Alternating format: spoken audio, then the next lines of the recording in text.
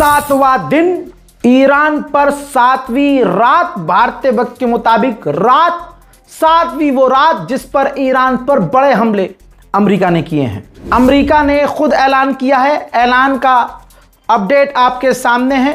Iran पर हमले पर खुद सेंट्रल कमांड ने, यूएस सेंटकॉम ने कहा है कि हमने ईरान के ऊपर बड़े हमले लॉन्च किए हैं।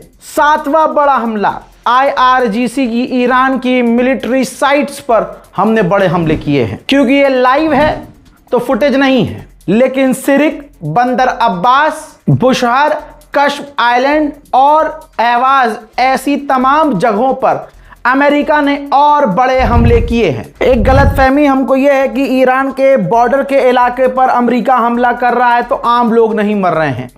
ईरानियन ऑफिशियल ने जानकारी खुद शेयर की है कि इसमें बच्चे देखिए, महिलाएं देखिए और जवान देखिए। जो बॉर्डर के इलाके हैं, हॉर्मुज के इलाके में भी जो हमले किए हैं अमेरिका ने, तो ईरानियन ऑफिशियल ने कहा ये उसी हमले में मारे गए हैं। सिविलियंस को मार करके, सिविलियंस को कत्ल करके अमेरिका इस तरह से अपनी ताकत दिखा रहा है। इनका खून रायगा नहीं जाएगा। अमेरिका के युद्धपोत तेजी से ईरान की तरफ आगे बढ़ रहे हैं। ईरान ने कंफर्म किया है कि हमने रिटेलिएशन में उन युद्धपोत पर हमले किए जिसके बाद अमेरिका के युद्धपोत पीछे हट गए हैं।